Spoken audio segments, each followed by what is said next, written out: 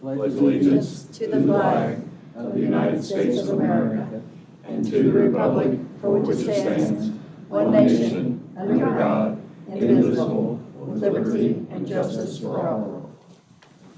Thank you.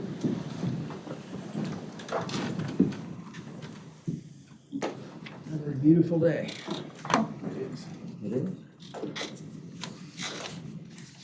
We have a quorum, it appears. We need a motion for the minutes of July 28th. So moved. Second. Moved and seconded. Any questions on those? All in favor, say aye. Aye. Opposed? Okay. Public comments. You're it back there. Thank you. All right. Lynn.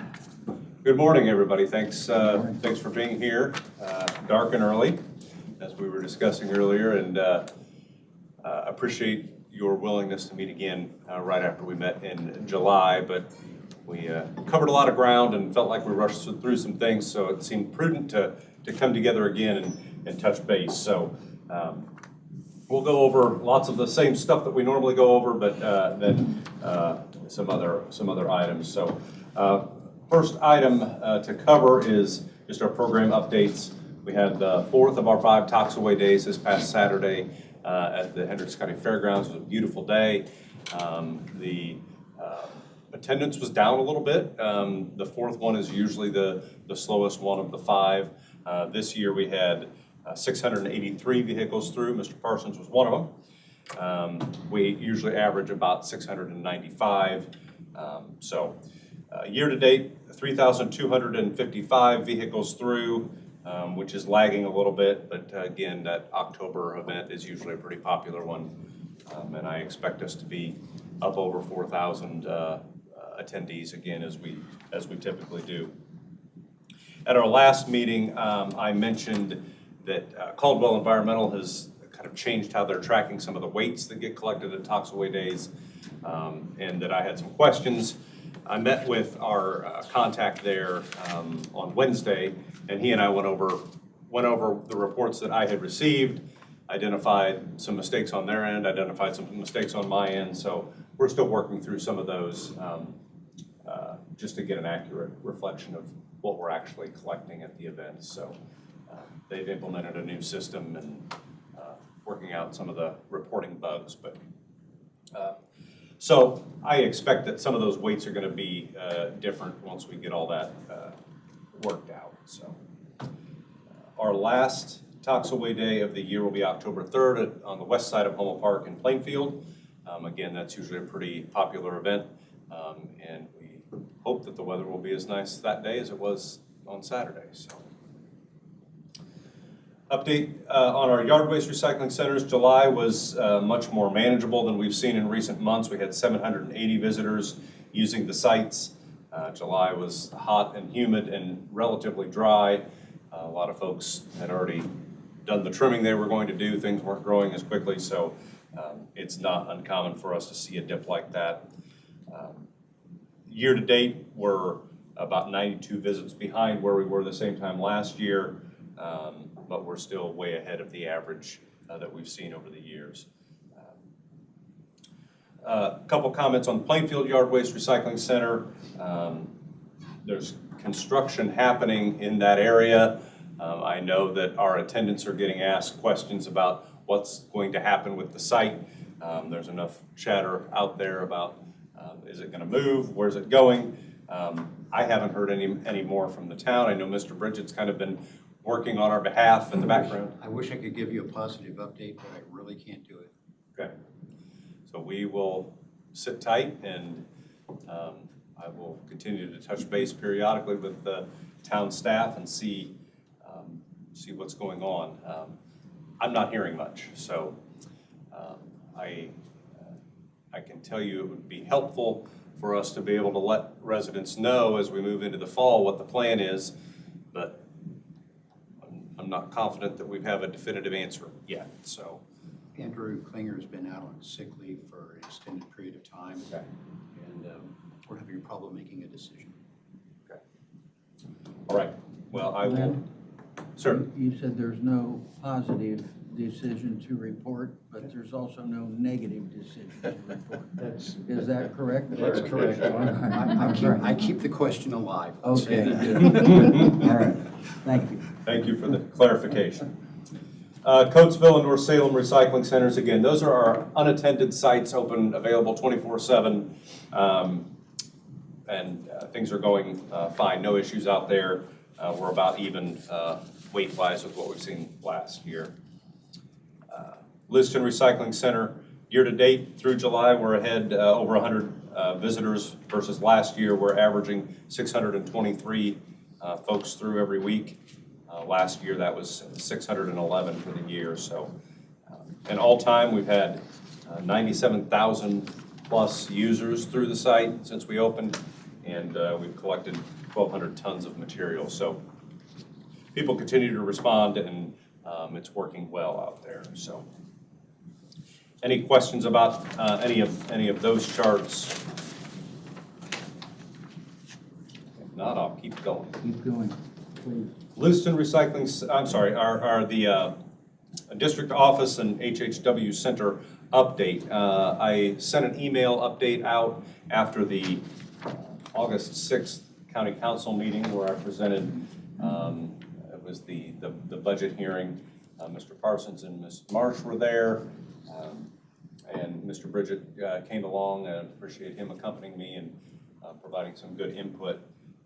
That presentation went well. We had good questions, and generally the group was supportive of what we're doing. I don't know if Mrs. Marsh or Mr. Parsons has anything to add to the discussion. No. I think it was favorable, and they were looking at food and beverage as a potential source once the bond gets paid back from the fair bond that we fronted $3 million. So once that's bonded, we'll get that back. That's a good resource. And I think once we get, we're still working on some drawings and some ballpark estimating, and then we'll take it to the council and make a formal request, and Denny or I will be glad to assist with that, Lynn. Okay, so I guess that was one of my questions when the time comes. Okay. Absolutely, and I would think it's, what, October, potentially. Okay. Yeah, we are going to go ahead and advertise it so it can be, that step can be done. Just in case, whenever, we don't know when that closing is going to be, so. Do you have a sense of how much more time you need before Dan with Garmong will be able to provide you all the pertinent information? As far as a more firm budget number? Correct. I believe by October, by our October meeting. Let's shoot for that. Okay. Now the county council will meet earlier in October than our planned meeting.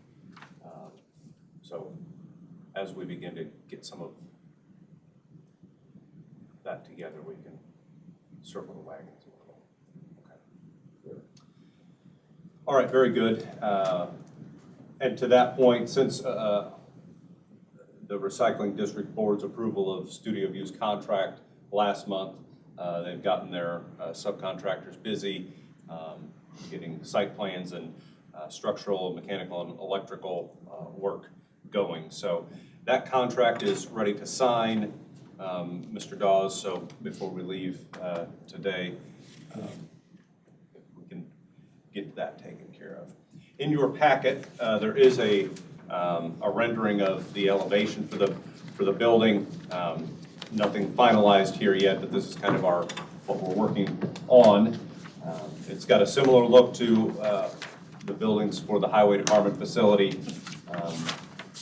One note, the warehouse roof was oriented differently initially to where the runoff was going to go right on top of the office roof. We've changed that. Architects thought that the runoff could be handled just fine, but the issue came up at the county council meeting, and then it also rained a lot in central Indiana, and I thought, you know what, maybe that is, might be a good idea to avoid that issue or the possibility of that issue. So the other note about plans is Studio View did provide us with like a 3D walkthrough option as well. If that's anything any of you want to see, let me know. I'm happy to send you the link to that with the instructions on how to view it. And we'll, Mr. Bridget, I will be sure and get you that information. Anybody else wants it, let me know. Happy to do that. One other item I wanted to revisit, there was some discussion at the last board meeting about potentially increasing the size of the meeting room that we have designed for that, for the office end of the building. It is now designed to accommodate 25 or 30 folks, which should suit the district's needs okay, but there was some discussion of potentially increasing the size of that meeting room. It's easier to do it now than further down in the process. So I guess I just wanted to bring that back to you all. If that is something that we want to weave in, that's fine. Obviously that increases the cost of the project. And I believe what we have designed suits our needs, but I just didn't know if there's any more As a input. former instructor, you get above 30 and the effectiveness of the training goes downhill, just for what it's worth. Okay, yeah. I'm personally satisfied with that size, especially with additional costs. It just doesn't seem necessary. Yeah, I can't fathom you'd ever have a need for more than that. And I don't think that we necessarily The would. classroom in your warehouse. Yeah, that's true. And if you offered it to other groups, that just is problematic. We can't get that many people to show up at a county commissioner meeting. Yeah. Understood. For which we're I mean, it'd be thankful. nice. Thank you, Denny. But Okay, well, I am satisfied with what we have included, and we will just leave it as is then. Leave it as is. Okay, very good. Mr. Wicker mentioned, well, maybe mentioned this morning about kind of progress on the lease language. We've kind of discussed that let's get the funding piece, the request formalized with the county council, and then we'll finish the work. Certainly not a lack of Lynn's efforts, I can assure you of that. I think the ball rests in my email with Greg and I and Lynn, and so. We will move forward when the time comes. I don't think it's a matter of whether we get within terms, right? It's just what terms work best for the county and what's in the best interest of the district. Yeah, I believe we're close. We just need to finish it up. Okay. Okay. I believe this was still under director's report portion. And that was discussion of a possible amendment to the rainy day fund resolution that we have in place. And this is nothing that needs any action today. I just wanted the board to begin thinking about this. The current discussion with the building project is that the district will contribute $1 million toward the cost of construction. The majority of our of the reserves. Did I skip ahead? No, you're spot on. You're You're right there. Okay, I apologize. I didn't look at you like this, did I? Current discussion is that the district will contribute $1 million. If you look at our financial facts summary, the majority of our cash reserves are in our rainy day fund. And that's approximately $1.68 million today. The language that was used in the resolution to establish that fund does not give us the flexibility right now just to access that money for what we're talking about. And we can get into what it does say if you'd like to. But I've communicated with Mr. Sturwald about it. He's already offered some language that would amend it to allow us to capture that and use it for this, if that is how the board would like to move forward. And additionally, in my recent meeting with the CAC to discuss our 2027 budget, they brought up the same, well, they asked if that is where the money would be coming from. I said, potentially.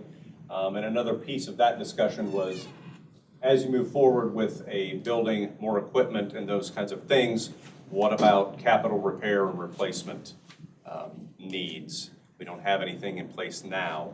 The CAC's recommendation again was, well, perhaps that's what that rainy day fund money could be used for. So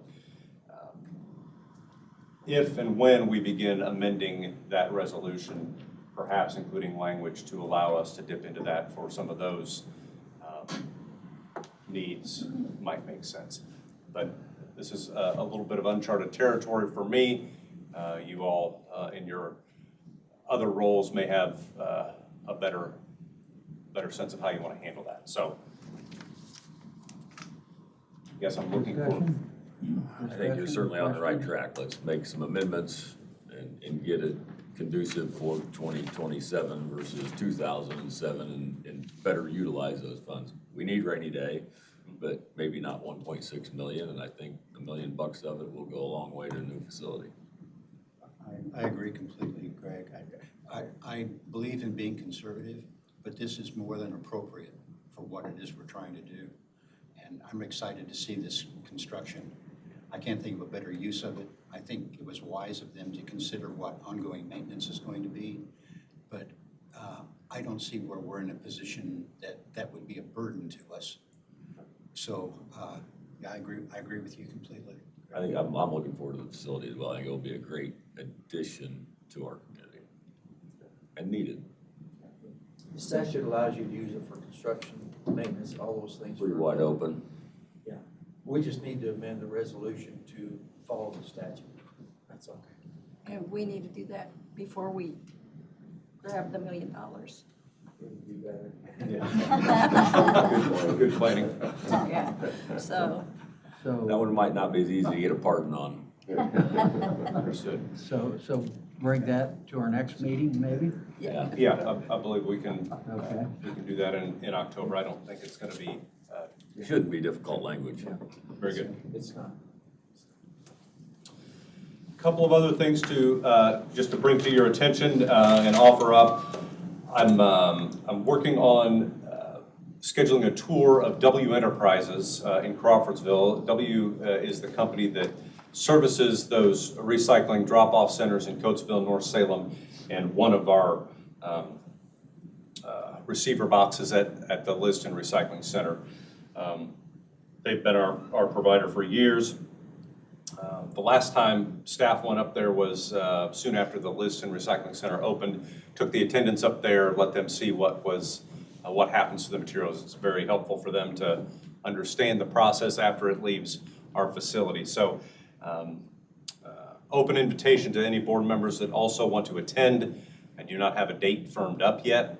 It will likely be a Monday or a Friday, so we can accommodate the Liston site still being open. So as we get a date on the calendar, I'll let you all know, and if you want to come along, we'd be happy to have you. So,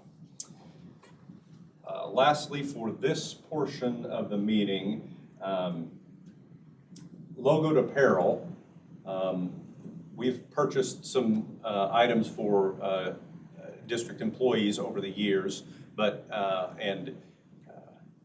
may do some of that again here soon, but wanted to open it up to board members.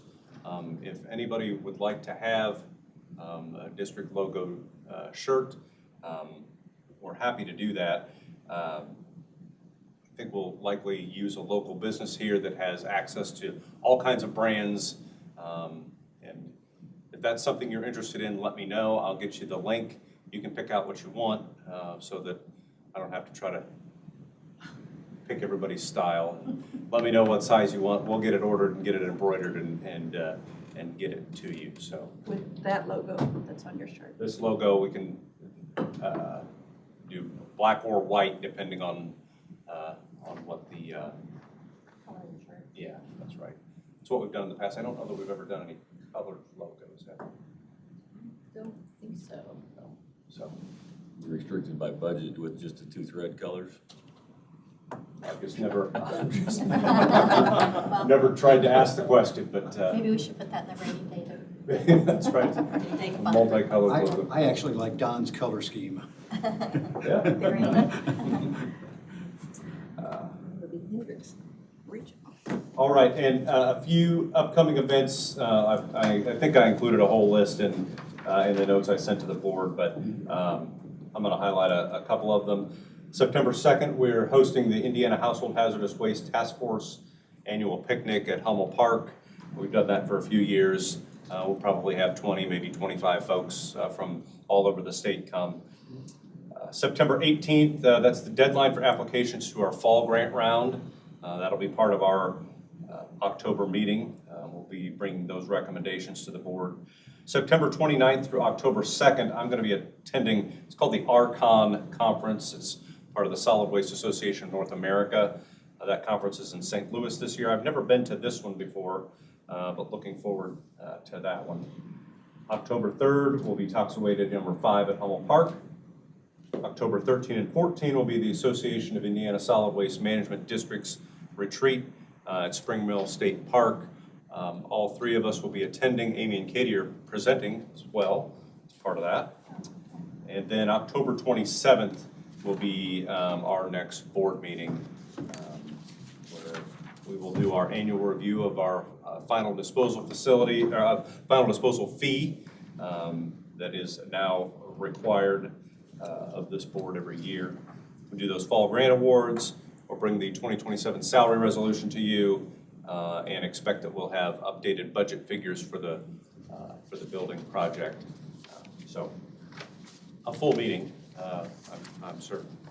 So I think that was all I had for the director. Any further questions for Lynn or staff? Okay. Financial report. Lynn, do you want to go ahead with that? Sure. Make comments, whatever we have to do. First item is our financial facts summary. We're just looking at July 31st this time around.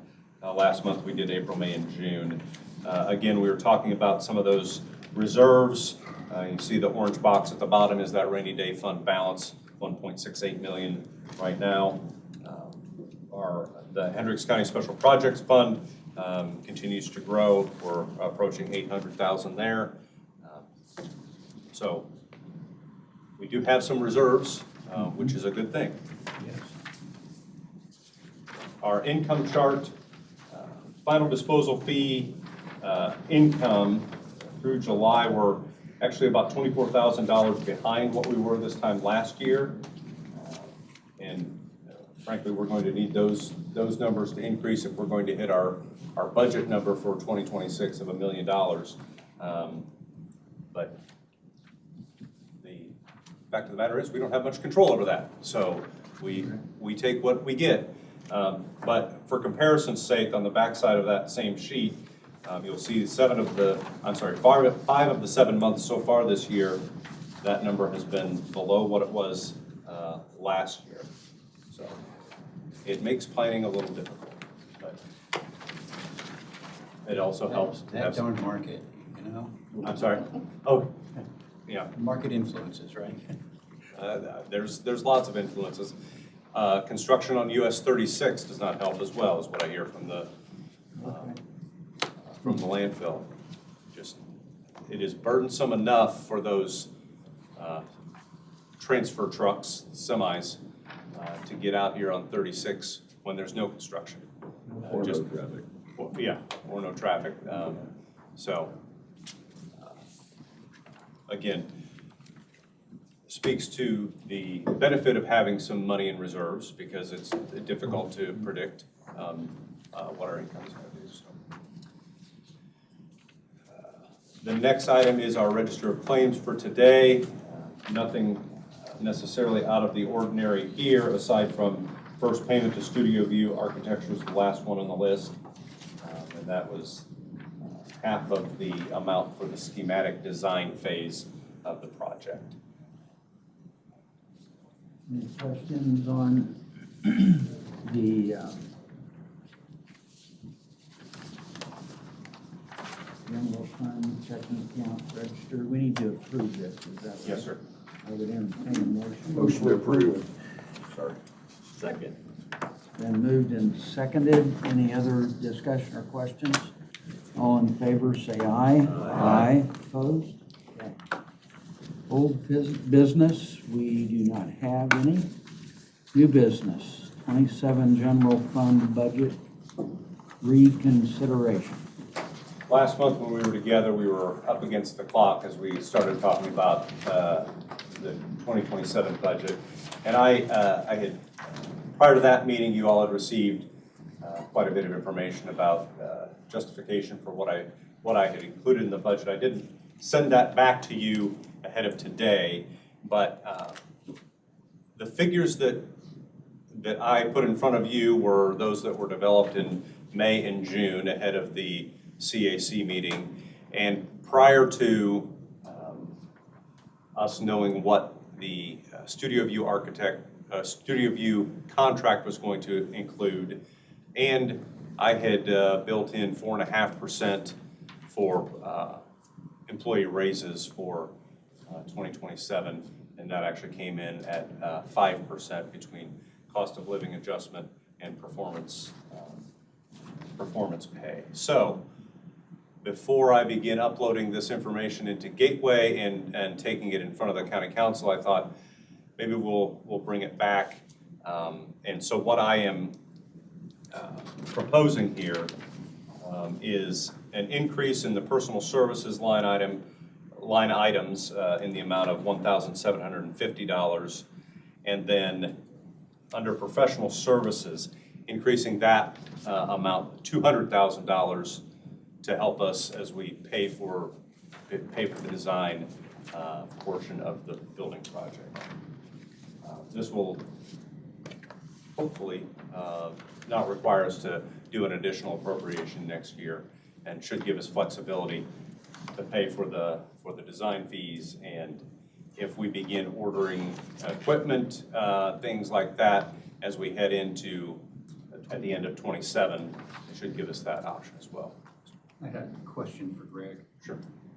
Greg, what are the limitations of fluidity? Are there constraints on the different accounts, the rainy day fund, the general fund, and that? What kind of constraints do we? The rainy day fund has a list of statutory items that it can be used for. That's why the resolution follows the statutory abilities to use the rainy day fund. Okay. But the other funds, our savings account and the general fund, fluidity between those is no problem? And then I know. All right, perfect, thank you. Do the funds have a minimum? I know in the town of Avon, we set minimums for our funds. Do we have those? I don't think there's a statutory minimum. Okay. You can set a policy for it. Thank you.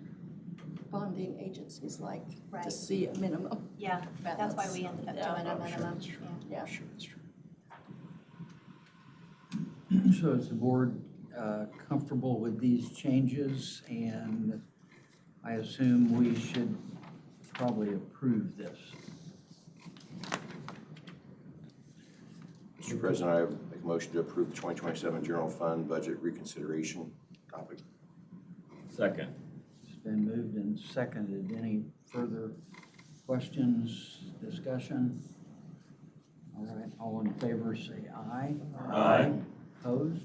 Okay, Thank you all. thank you, Lynn. And then next year, as we're developing our 2028 budget, that will probably include that $1 million payment to the county.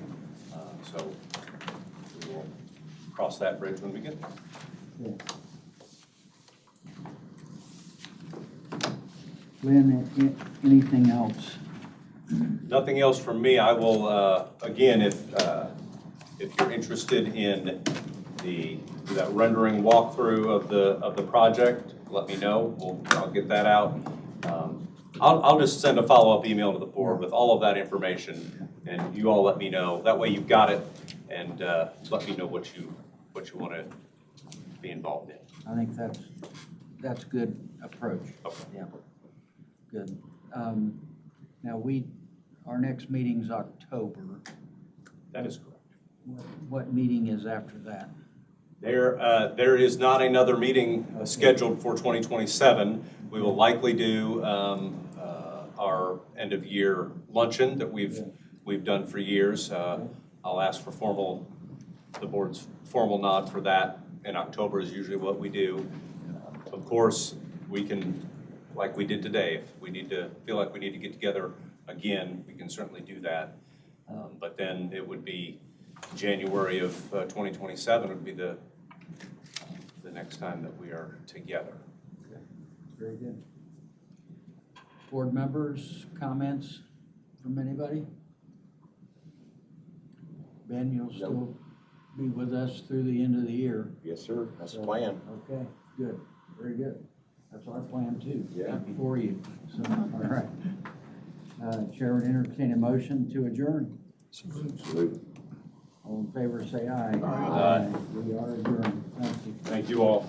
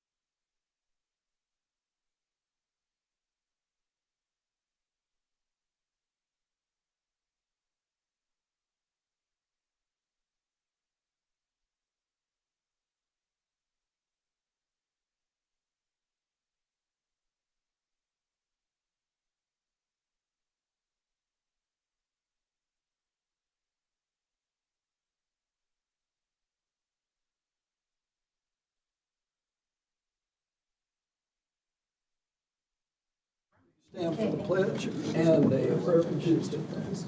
I pledge allegiance to the flag of the United States of America and to the republic for which it stands, one nation, under God, indivisible, with liberty and justice for all. Almighty God, we beseech you to help us with our choices that we make each day, and especially the ones we make in the meetings today. We ask that you guide and direct us. In Christ's name, amen. Sir. First item on the agenda is approval of minutes from August 11th. Move to approve as submitted. Second. Move and second. Those in favor of the motion, signify by saying aye. Aye. And none opposed, motion carries. Next is review fees of $592.50. Wow. And 3 pages of, oh, that's, There's a decimal point missing. I'll move for approval. I'll second the review Move and fee. second for approval. For review fees, $592.50. Those in favor of the motion, signify by saying aye. Aye. And none opposed, motion carries. Next is maintenance fees of $26,175. So moved. Second. Move and second. Any further discussion? Those in favor of the motion, signify by saying aye. Aye. And none opposed, motion carries. Next is acceptance of the auditor's report. Move to accept the auditor's report. Second. Seconded. Those in favor of that motion, signify by saying aye. Aye. And none opposed, motion carries. Mr. Stewart. I have nothing, thanks. Dave Gaston. For the silk quotes that you guys opened at the last meeting, we recommend the lowest responsible quote, Taylor Cooper Excavating, in the amount of $27,000. Chair, I'll entertain a motion to accept.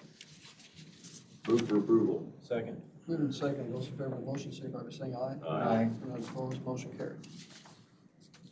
So, John's not here. I don't have any update on the Kate Lee. It's moving down to Auburn Ridge Section 3. At the last meeting, I had down as a preliminary, it was a final.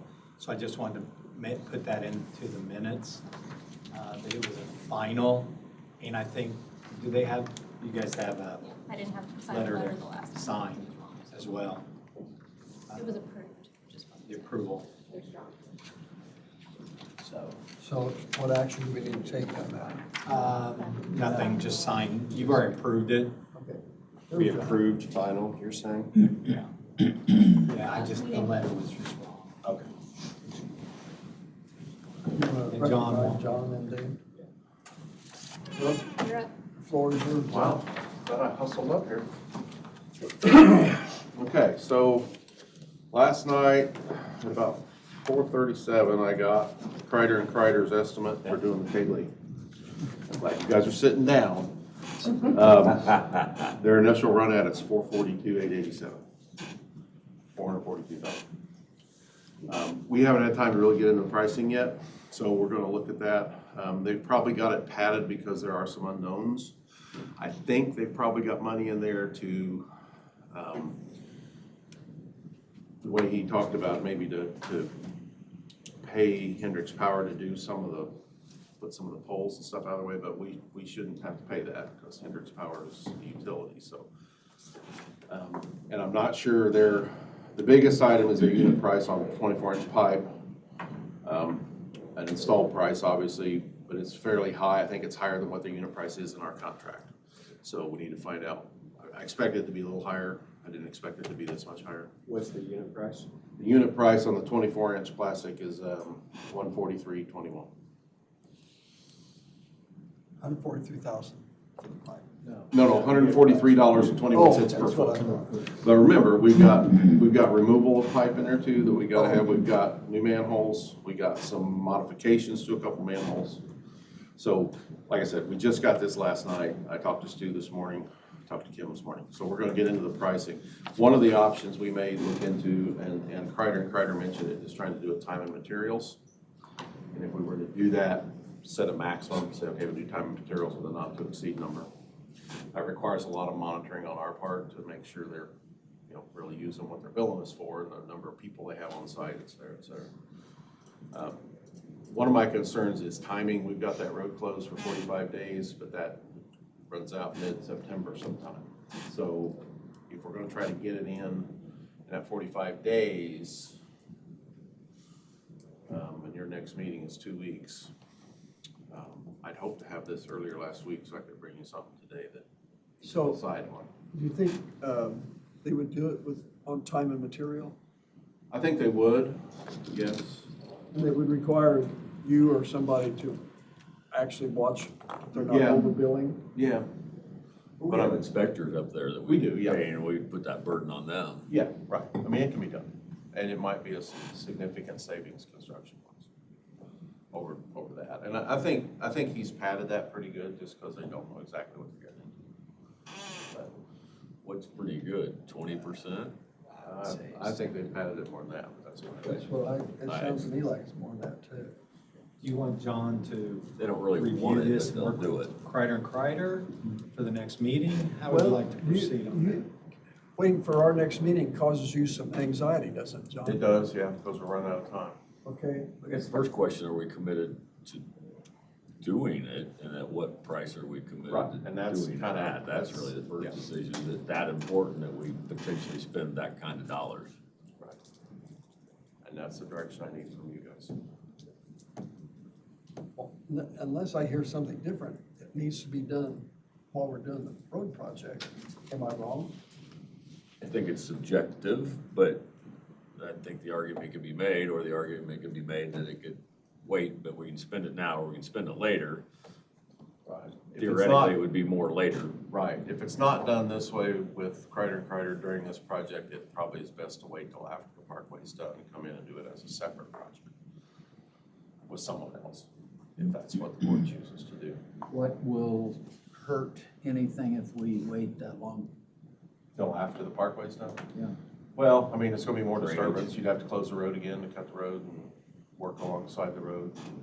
Well, now we're there. It's, Because right now, Denny, it's not really an issue due to the fact that it's not developed north of it. yeah, yeah. But will that change? Not sure. Yeah, that quickly. Okay, yeah.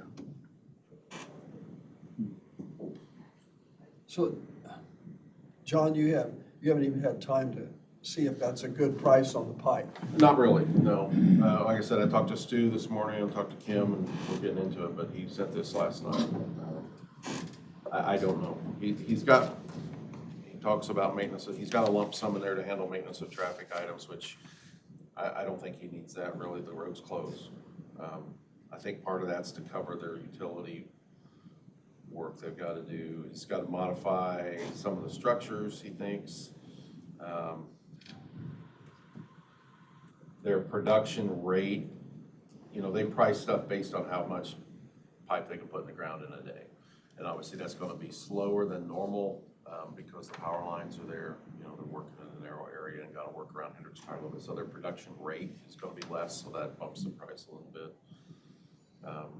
I think what you said originally, it might be best to let them get their ponds dug and get off-site and then come again. I think that price is way off the charts. It's more than I expected. I knew it'd be more than the original number we came to you with, because that was just strictly based on our unit prices. So I knew it'd be higher than that. We didn't think it'd be that high. So the risk in coming back after this project's done again is having to rework some of the road where you gotta cross, working close to the road, probably tear up some pavement, have to do some restoration stuff and some additional paving that we won't have to do This is here. on 900. Wouldn't make not- sense to not bore the- that. No, on 900, not the Yeah, Parkway. Well, 900's negligible, you know, that's just a county road. Yeah. But we're gonna be paving a lot of it as part of this, and you'll be having to redo that. That would be your cut, Reagan. Yeah. It's not the Ronald Reagan. Right, no, it won't. Oh, okay. Does I'm glad you did Kreider, who's repaving 900? We're doing that as part of our contract. So Kreider, they're not completed till that is repaved? Or who's in Is it charge part of of the that? contract? I'm just Yeah. trying to, it's Yeah. part of their Yeah, contract, yes. so. Yes. Okay. So they would do I was that just trying to see if after- we could, if, before that's repaved, we still get our cut done, but maybe we Yeah, can use then- Kreider. No, there's parts of that we have to repave because we're changing the grade, so we've got to go back in and pave it. We couldn't eliminate that from the think it's a little bit like what Brad suggested.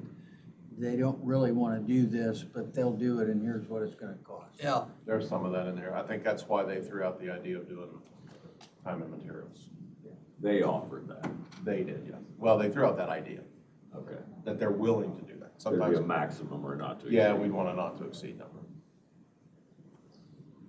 We don't know what the potential savings is. Because that's probably their maximum not to exceed. That, if we had to put them in a corner today, that'd be their maximum amount. What size pipe is this? 24. And it's not reinforced concrete pipe, No, it's right? plastic. And we've talked about before, this perforated or not? No, it's not. It's not perforated. Smooth, right? So in your opinion, John, the best time to do it is now. Yes.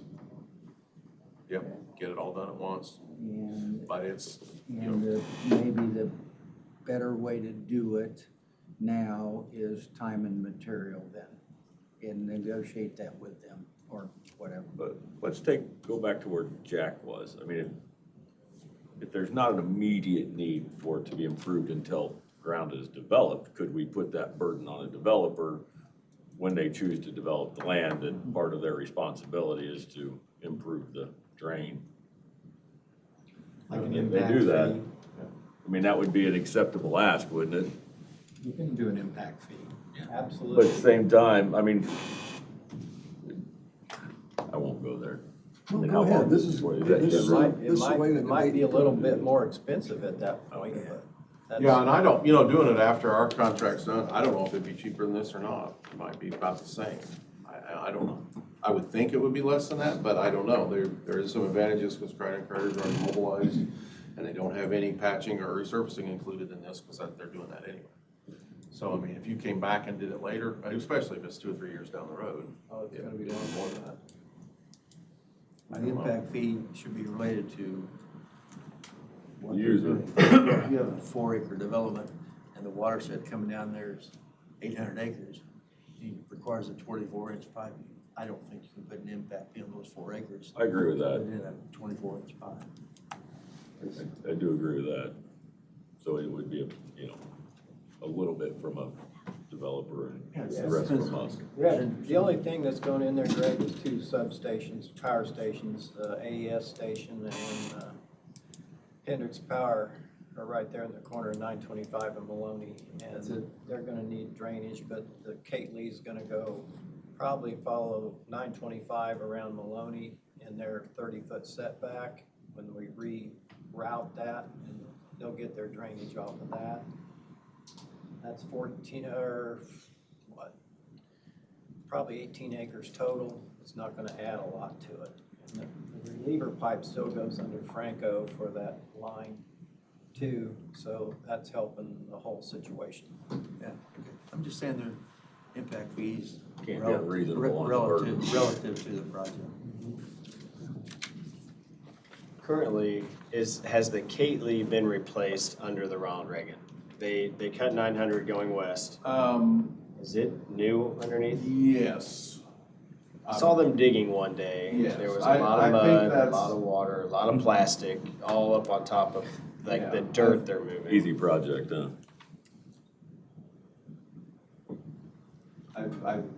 I think so. Where it bows out to the west and then back. Yeah. We replaced the crossings under the parkway. We didn't replace that bow, but we replaced where it crossed under the parkway with 15. Because it was already replaced about 4 or 5 years ago. Beechwood did that. Did We they still have a, reinforced 12-inch pipe Reinforced concrete. east of 900 over to Maloney Road that needs to be replaced with a 15. Before they get their road widened or somebody else puts a sewer line through there. But that's a plug. It needs to be 15 all the way through. We're holding water back. Okay, we need to do something here. We need to help John, give him some latitude. What do you want to do? So John, if you wait, if we wait, the Drainage Board waits till our next meeting, that's gonna throw things off. It's gonna push us for time, yeah. We would probably have, right now it's scheduled to be closed for 45 days. We close it the first week of August. We would probably have to extend that closure a little bit. We want to at least let John have a discussion with Kreider and Kreider, qualify the bid, and then make a final determination in 2 weeks, and you can better understand, hey, can we save potentially 25 or 30% on a time and material? I don't know that I would be inclined to approve that kind of dollar today unless I have 3 farmers that can tell me it really should be done today. I could be influenced by the farmers that serve with us. They know better than I do, and I don't know that area intimately. I mean, that's, you know, you're getting, I don't think it's immediate. I'll second that. Okay. This price is Okay. very, Ridiculous. very high. Salty. So it's And to worth jump waiting into a then. decision right now, I just don't feel like that would be wise in our decision. I appreciate that. Could we do this? Could we say, John, you know, do your negotiating, get in touch with Dave. Dave, then you guys have some kind of agreement, you call me and I can poll the board and we can say yes or no. And that way you won't have to wait 2 weeks if you don't have to. Can we do that? But the open-ended question is, what price is palatable to Right, this? what's your- And we don't have that defined. what's your appetite? Yeah, Well, I've got, half. can, That's Right, I mean, started. that's kind I don't think it'll be there. of, oh, I don't either. It's a big number. Yes. It's not that For many. 1,200 and, Yeah. for 1,700 feet of pipe. That's what I'm hearing Michael say, he'd probably be willing to do it. For that number. when this meeting's over, I can call Drainage Solutions and see what kind of price they've got on that Good pipe. Lord. Well, keep in mind, That's a high place to get it. well, and you're just talking purchase price too. This is installed price. Yeah, well, that's true. That's what their installed price, oh, okay. All right. So, Yeah, that's so not the pipe pipe. you sent out I'll call it an Be- RFP or Q or whatever it is, and you only got this back. No, we Well, no, only asked they're Kreider and the Kreider. contractor on the So, site. so we only talked. You got the one. Got it. They're the ones that need to do the work. If we're gonna Okay. do it with Yeah, them. 'cause Let's they're let there. them get out of the way and then get alternate estimates 12 or 18 months from now. If that's what you wanna do, yeah. I That would think- be a completely separate project. Because that's not gonna hurt anything. It's not. It doesn't sound like, from what I've heard, the need is not absolutely immediate, but it's a known improvement that needs to be made. Is that fair? I think we use time. On with our favor development, and not Brad, be you're correct. Been over the barrel. Real quick question for Greg. If there's not construction, can we move the county drain? You know, we have that right of way, but it's going under and to the west, but we want to move it on the east side. Is there any, we'll be able to change that? Do we still have right of way on the other side to use? We're in the right of way. Okay, we're still in the right of way, so we can use it. Yeah, we can do Okay. whatever we want. Yeah. Right, okay. My position would be to wait and evaluate it after the improvements are made and be able to open it up to public bids and define then. It's up to you guys. Well, that, as you said, Brad, I'm gonna defer to Michael and Jack, because They know that live- area. They live there. So what do you guys think? I think it could be weighed. I think that price is out. It's crazy. Okay, That's our decision then. We're just gonna say thanks, but no thanks.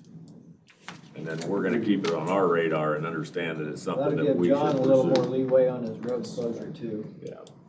No, David knows I can it's get this the price desire of the next month board, if you wanna but just- let's get Kreider out of there. does that give you some direction, John?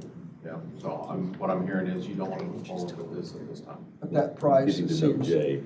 I agree with that. I'm like. You might get better prices We don't. if we do competitive bidding I go, in the future. Agreed. my math and methods are totally. And like different. Michael said, Maybe. there's a possibility that we could just reroute down the east side of 900 since they got the big pond down there, leave the loop out intact because of current drainage hooked to it. But this would be more of a reliever pipe to the pond. A So- more direct route. Right. Then this, if we do that, then we don't have to take the old pipe out, right? That's correct. Ah, there's the savings there. So why don't we get a estimate of doing that? We gotta wait for Kreider to get out of there, All right. probably best. You don't want another contractor. Yeah, I remember running down the east side, you've got a sewer there on the east side of 900. Not that deep. They're 30 feet deep. Oh, I know. I've been down in a hole. Okay, Shelve it. I think you know Thanks what for the effort. All right. Thank you, All John. these others, you guys, for your entertainment, if you want. For Thanks for your entertainment work, purposes John. only. Thanks, John. Michael wants to see that for entertainment. Absolutely. I don't have anything else. Anything else? Anyone in the audience that wishes to be heard, anything to bring before the Drainage Board? Introduction of business by board members. I will say one thing, after touring for most of the day in the Royalton area, there is a better way for them to drain. Because the public's gonna be stuck with that pumping station here in Hendricks County, because they've already remonstrated and shut it off in Boone County. Two of the Drainage Board members from Boone County I toured with, and we look at that, there's a better way, just avoid the pond system and take a pipe of their own over to, might have to buy another easement from Chuck Lamar and take it over there where, it will empty right where the pond does now, but it'll bypass the ponds. And as Jack knows, and I have seen it firsthand, it is ugly. That's an easy way to put it. They need to just set their own pipe over It's an there. industrial install in an agricultural area. Yep.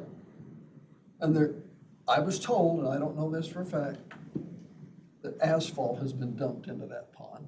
So that's an issue, and I don't know that for a fact, but that's what I've understood. So just stay away from the ponds. It's a hazardous waste dump site. So, that being said, I'll take a motion to adjourn. So moved. Second. Those in favor of the motion, signify by saying aye. Aye. Meeting is adjourned. Hey, Bob, remember Boone County was an eminent domain situation. Totally different than what we have. Yeah, only a small portion of the pond is Boone County's, but But, I mean, they were trying to condemn property, but the project. oh, that's why they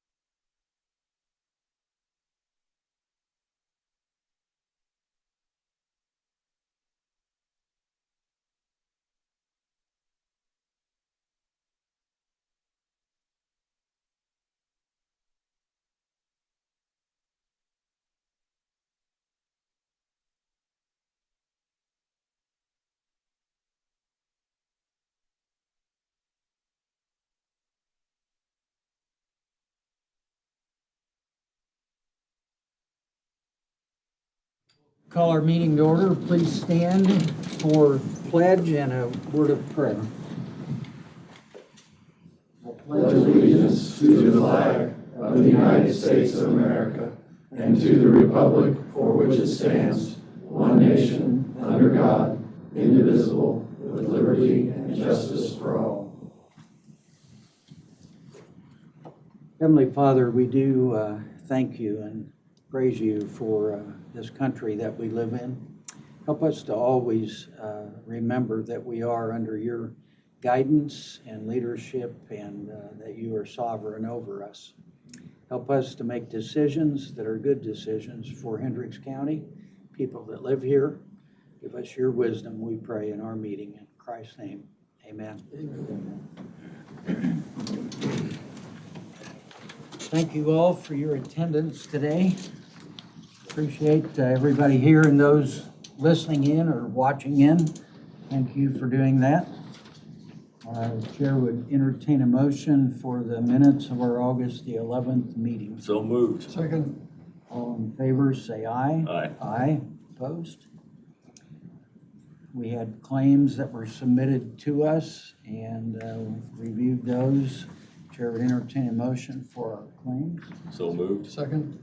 Any further questions on those? All in favor, say aye. Aye. Aye. Opposed? All right. New business. First item is the awarding of the Sheriff's Office second floor build-out.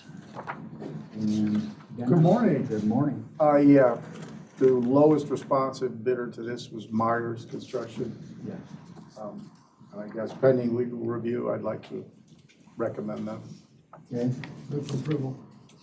Subject to. yeah, Yes. subject to review Yes. and terms, yeah, all right. I'll second that. It's been moved and seconded. Any other questions for Dennis on that? All in favor, say aye. Aye. Aye, opposed? Okay, thank you. Might as well Hopefully- stay here. Yeah, stay there. You can stand there the whole meeting if you want. I assume you don't want to do that. All right. Next item on our agenda is the contract for construction manager for the fairgrounds expansion project. And Yeah, that was brought up in our contract with Rigdon was proposed. correct, And currently, I don't know where we are as far as review goes. right. I've got something that I'll hand out to us. And I know some of you have seen this. Here, I'll give you one as well. Let me see if you're on here. I think you are. Maybe not. You guys are, but Bob, you haven't seen that. I think you've seen it. Here, just pass those around. Wiley, you want to? I think the main discussions that we had about this contract dealt with the construction management fee and the detailed breakdown of general conditions and general requirements that were in the contract document. And Rigdon responded with, based on this distinction, we don't believe there's any costs included within the general conditions and general requirements that are duplicated by the construction management fee. And we reduced the fee down to 3%. It was higher than that. They agreed to that as well. And then they outlined the detail on the second page that I just handed to you. It outlines the detail of the cost of each of those general conditions and requirements. I have looked at that, and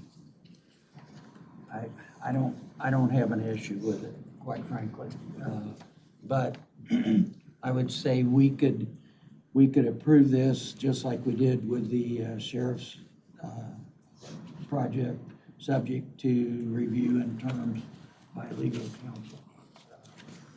That would be in the form of my motion. I would move that we approve this contract subject to being able to come to final terms and agreement and a contract suitable for both parties. I will second that. Question, Mr. President?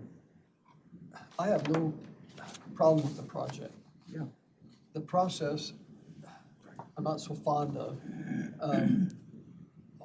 And I have no problem with any of the, the people that they're a 501c, they're a not-for-profit, so they don't have to put out RFPs and RFQs. John traditionally does that, even though he doesn't have to, kind of keep things in line. And any of the contractors are fine with me. But how do we arrive at those people without taking open bids? We haven't. It will be done. We're engaging our construction manager, and then we'll go through the bid process, similar to what we did at the highway garage. And I've had discussions with Nate Rigdon, and they will basically get bids on all items that need to be done in this project, so. Will they be then bidding to do the work also? No, they're managing. They're just gonna manage it? They're gonna manage it, correct. And they've got Arc Design involved in the design process, Right. and they'll have a hand in the process of the bidding. But it will all be, the individual trades will be publicly bid out on the behalf of Rigdon for us. Well, when we did, when we retained Garmong for the jail, there were competitors at that level too. Did we have competitors at this level? I don't think Garmong had to compete for it because they did it as a construction manager advisor, and that's But there were other companies approaching me to do what Garmong was doing, because remember Kevin, specifically his exact words were, Garmong is a machine, and I'm glad we selected Garmong for the jail. But what set me this way is when Adam told us this will be paid, all bonds are gonna be paid through personal property and real estate tax, and it doesn't, if we shift to Senate Bill 1, it's the people's, their tax money, and I think we have to be as transparent as we can be, and I have no problem with Rigdon at all, but how do we get there? I think we're good there because it'll be done outside of the construction manager as an advisor. All the other trades will be competitively bid, and it will be done in a public forum. The last statement that Rigdon has given us is our goal is to make sure the structure is transparent, easy to understand, and fair to everyone involved. And that's the way they're gonna. That's meaningful. The way they're gonna do this, so, yeah. Okay. If I may. Yeah.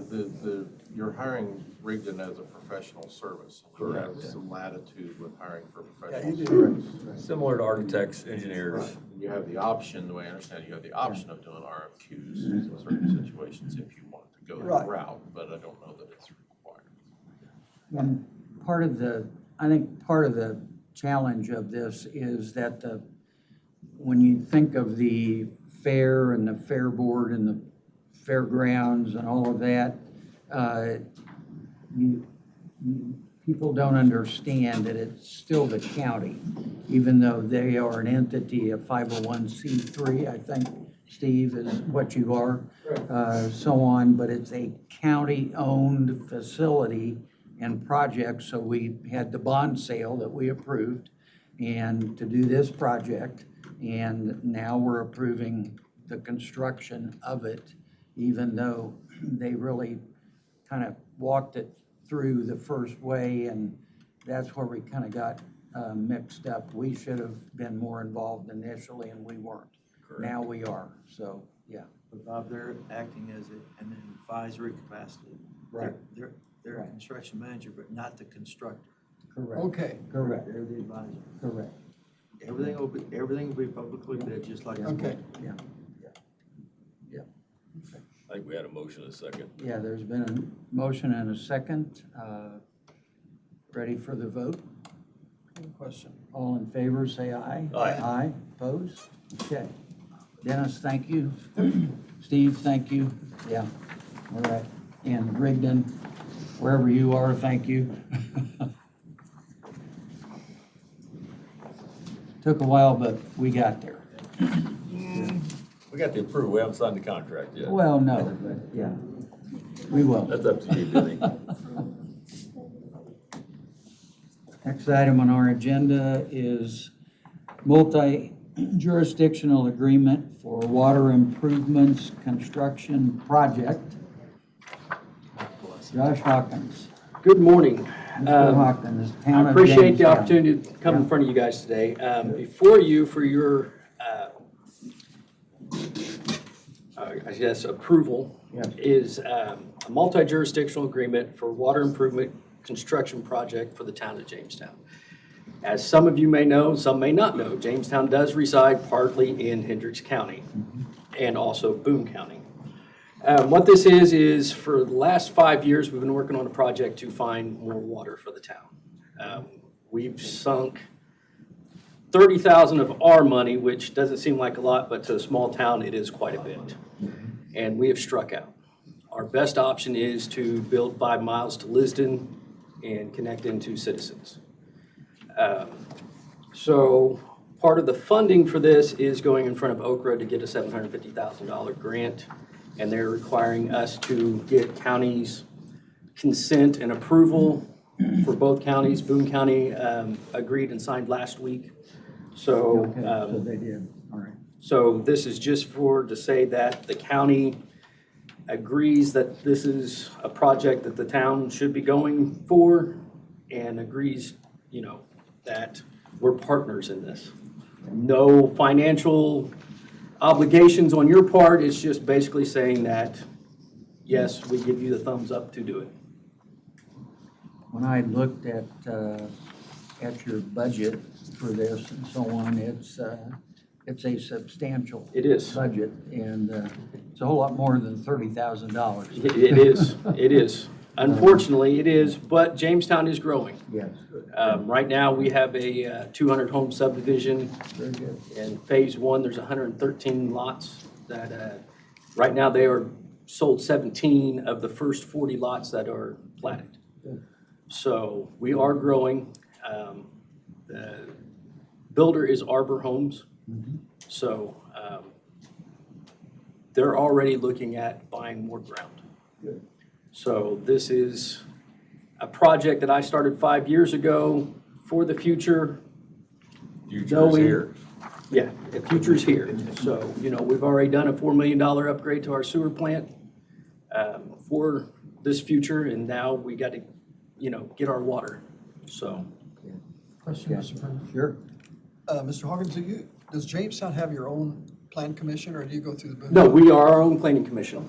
I am the president of the planning commission, so. Good. Very good. The purpose is for the grant, they just want support from the county. Yes, that's all it is. It's just, That's the extent of it. that's the extent of it. Move for approval. Second. Okay, it's been moved and seconded. Any other questions? All in favor, say aye. Aye. Aye, opposed? Okay, thank you. Yeah. And I would say feel free to reach out to any of us or even to our county engineer, John. And if you have questions that come up, we'll work with you. Yeah. You guys Thank can just you. email. $9.8 million project. A lot of money. All right, next on our agenda is Liberty Township Fire District presentation. Looks like we have a group coming. All right. I'm back. Yes, sir. How are you? How are you, Brad? I'm doing great. How you guys doing this morning? Good. All right.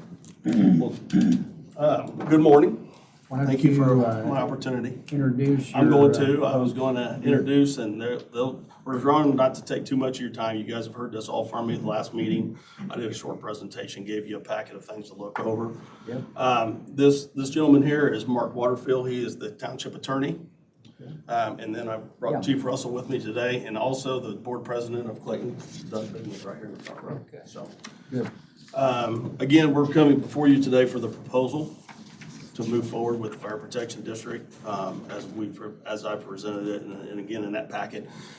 Doug, I'll have my attorney here explain some things on it.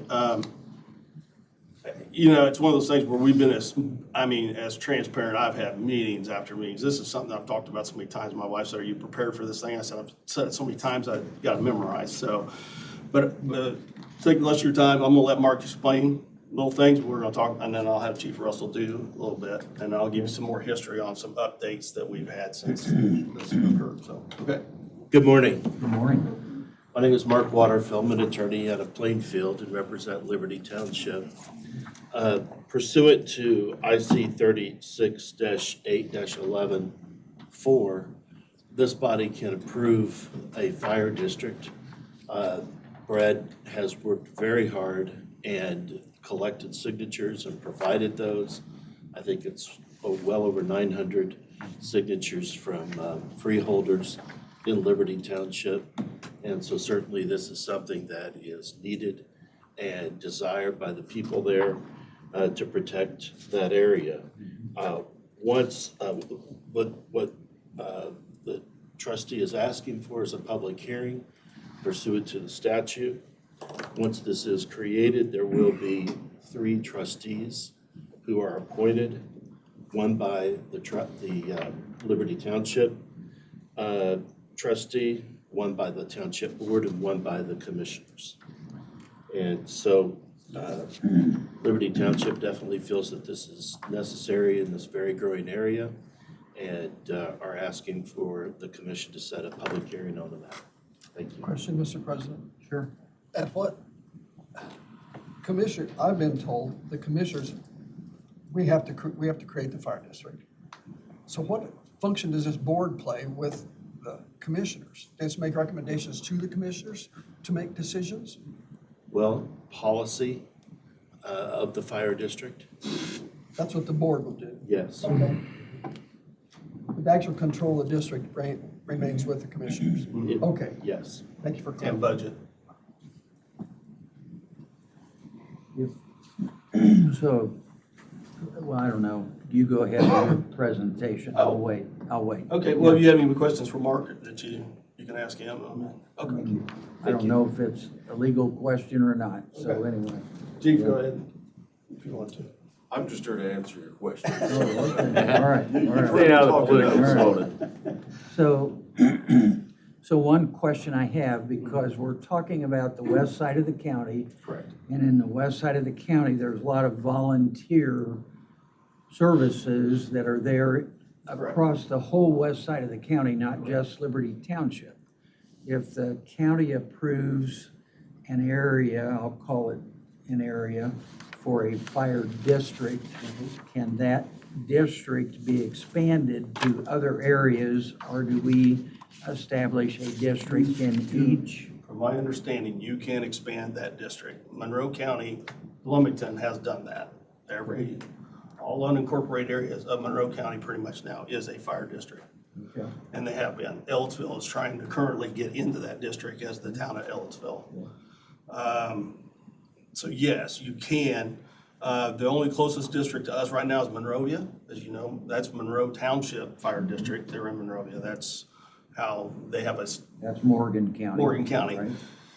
The difference between, again, with us, and you've heard this so many times from me, I'm sure, we provide the EMS. Morgan County has their own countywide EMS. It's owned and run by the county of Morgan County. Okay. Liberty Township runs our EMS service out of the fire district, or fire township fire, which would become the district. So the county would then have a EMS service that they could expand it into Stylesville, Coatesville, and on around, you know what I mean? So, Okay. yeah. Okay.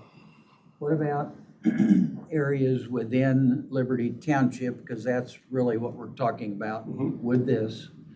What about areas within Liberty Township? And I'm not gonna mention a specific name, but an area that we know is to be developed. It's pending annexation within the town of Plainfield. Right. How does this affect that? Okay, so, and feel free to answer if I got wrong. But right now, currently, Liberty Township is at 981 million net AV. That was a certified AV that came out beginning of 26. Again, we were waiting on those numbers to come back so we could see where we were at, okay? because of the warehouse district down there and the developments that are happening along 39 and 70 corridor, okay, our AV net is 981 as at the beginning of the 26. By the law, my understanding, and there's more attorneys in this room than me, but once it gets to 1 billion AV, whatever area you set as the district, that will always stay the fire district. So no matter if a town, and we know who it is, annexes into Liberty, the fire money stays in Liberty Township District, not be transferred to a territory. So would you be capturing the AV in that development? Correct. Okay. And the warehouses. Yeah. Well, the warehouses are already there. And They're in With the the scenario. houses that are gonna be built in the development or The not? threshold's the million, the 1 billion's the threshold. Because I would tend to think Plainfield wants to provide fire to that future annexed area. If they annex, they would love to. But if you've captured the But tax if we rate, set the boundary as all Liberty Township, Yeah. and Plainfield annexes to Road Zero, Yeah. the fire money, now, here's what I've tried to explain to people in the community. you're capturing Who future. suffers, what suffers in a tax problem when you have this overlapping of people coming from another city or another county or whatever, you lose the fire money. Right. So, right now, we get 8 cents of fire money for the township fire EMS. If you take half of that away, my budget goes from 475,000 levy down to 200,000. Now I can't even operate and fund the people who don't live in that area. So you lose the cream. But the future assessed value of that development's Yes. greater than your total assessed value today. Correct. And you would capture all those dollars that would not allow dollars to go to the Plainfield fire territory. To be used in their provide- territory, right? I think we need to carve that out, at least that's my position. Yes. And that's why we're approaching this, though. I know annexation's gonna happen. It's gonna happen. We know that's gonna happen. I'm And- supportive of it. And I know the town of Clayton will eventually start to grow and they'll expand out. I get that. Township government is on the verge of not being here anyway. I mean, we see it through the Senate right now where they're trying to consolidate township government, and eventually the goal probably is to just streamline government as it is, okay? My number one priority That as a might be township trustee. long-term Well, that's true. government. Yeah. So, yeah. But as a township trustee, my number one responsibility is fire. Yeah. That's what it says in the statute. It doesn't say EMS, it just says fire. Okay. Well, again, the state needs to rethink that because, again, right now, currently Liberty Township's up 13% on runs this year, year to date. Yeah, We're on pace to be at almost 1,500 runs this year if we stay at the pace we're going. Last year, we were 1,100. So right now, currently, we're at 802 on year to date. And we're covering about 83% of the times that we have staff that's able to take the run. Within the last 2 weeks, we've upgraded to we bought the new monitors, the new Lucas device. I signed the contract for $158,000 for a new monitor for 12 leaf, that's ALS, and a Lucas device over a 3-year contract. So the cost is so expensive. But where we go from here is we've set the maximum rate, not at 40 cents that the state allows me to, we set it at 20. Which that 20 cents captures $1.962 million for fire and EMS. And that's where we need to focus. Yeah. Because right now, we're currently operating on 1.6 million, what we're asking for this year in a budget for the township. And probably 85% of that is fire, 80% at least. is fire. I'm surprised it's that high. So, We're asking for $1 million just for fire fund, okay. out of that rate. So, go ahead. Well, Mr. President, attending the meetings held by Mr. Hinkie, attending one of the Clayton Town Council meetings, and I've told individuals who approached me, Plainfield's not an evil empire, they just have resources. But at the same time, it was clear at each one of those meetings that people were not, they were in fact embracing Hinkie's development, but they don't want to be annexed into Plainfield. And I think I want the people of Liberty Township to maintain autonomy there, and I think we can do that. I just think the fire district, as Brad has described it, I want it to end up like you're talking about. So you capture that money, and I'll take my part of the blame, as being a commissioner and being on the plan commission, when we kept approving warehouse after warehouse after warehouse. Never once did we take into consideration the EMS part of it, because you guys had 77 volunteers and then you dropped to 7. And that, we were down through below everything, that, it changed everything. And we probably should have recognized that as it was approaching. Well, I appreciate you taking the blame, but it's really, this all changed in '23 when state legislation allowed territories and districts to capture that warehouse money. Prior to that, you really couldn't have done anything other than what you guys have done for us time and time again. When Johnson & Johnson came in, the county paid for a new fire truck. They paid for 2 rescue vehicles. That was through the TIF. That was through the TIF. And you guys have done overwhelmingly, that's why we're in the position we're in. We are a department with no debt. I pay no payments other than this new agreement I just signed. We have no vehicle payments. Everything we own is owned by us. And that's amazing, because most departments in our position, where we're at, they're upside down. They can't even their budgets are shot. So right now, currently, the township brings in, just a little history on the township, because we're going through budget right now. Last year, my tax levy we got in was $477,000. That's minus the warehouses.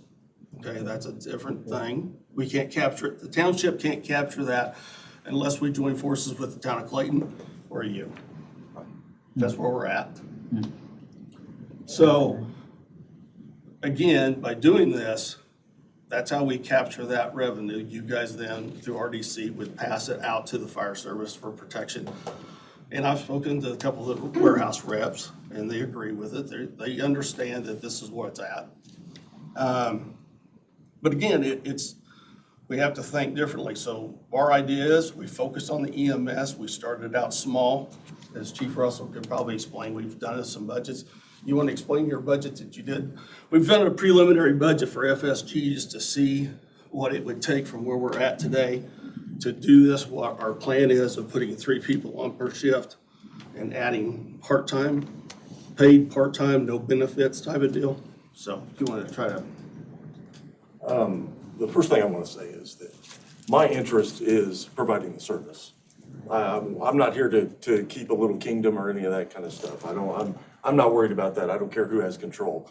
I just want to make sure that we're providing a service. When I came back 5 years ago, we weren't really providing any service because we had no people.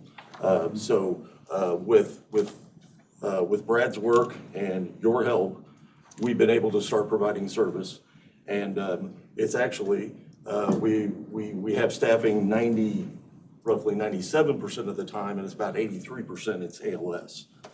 So what we need to do is take that next step, and what that next step involves is full-time people. We're not going to be all full-time.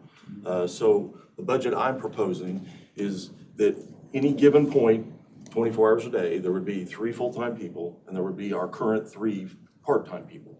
So we'd have a staff of 6. So that puts a fire engine in service and a medic truck in service 24/7. And so that not only helps Liberty Township, that helps the entire county. And you can see it, the way we provide mutual aid, or the way fire services are provided in this county and everywhere across the country is with mutual aid. No community can provide everything that they need at any given point. They can't have enough resources available to do that. So we rely on mutual aid. So we are constantly, currently, with that medic truck, I told him, I said, when we put this thing, this is 4 years ago, we're sitting there, I said, well, as soon as we put this truck in service, I said, we're gonna have 300 to 500 more runs immediately.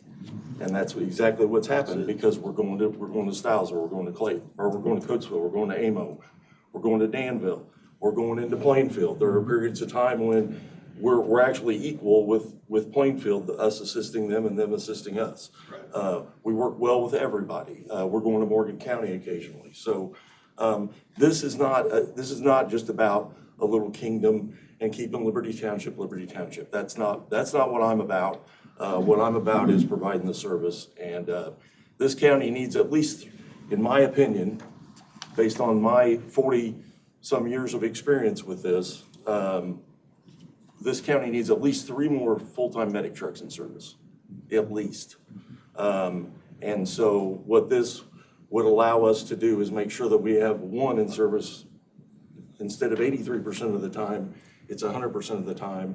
And then our plan would be to hopefully, within the next 3 to 5 years, if we do this, that we would add a TAC truck, which would be a 12-hour truck, that would be a medic truck that would be in service during the day, so that we would have 2 during the day instead of just 1. So we've got a lot of big plans, but the primary thing is the full-time people.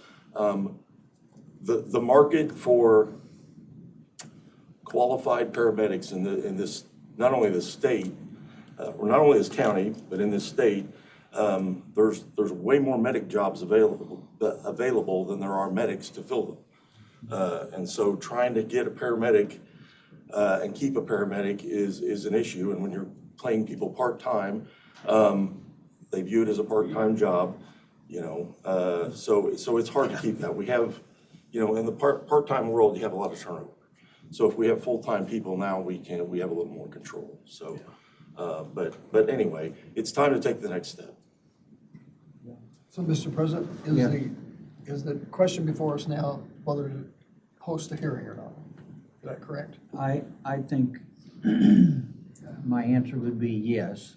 And I would somewhat lean on our counselor to advise us as well. But it seems to me if we would agree with what they're proposing to us, it's basically just providing the steps The next step. for the public hearing to be held, and then whatever steps come after that.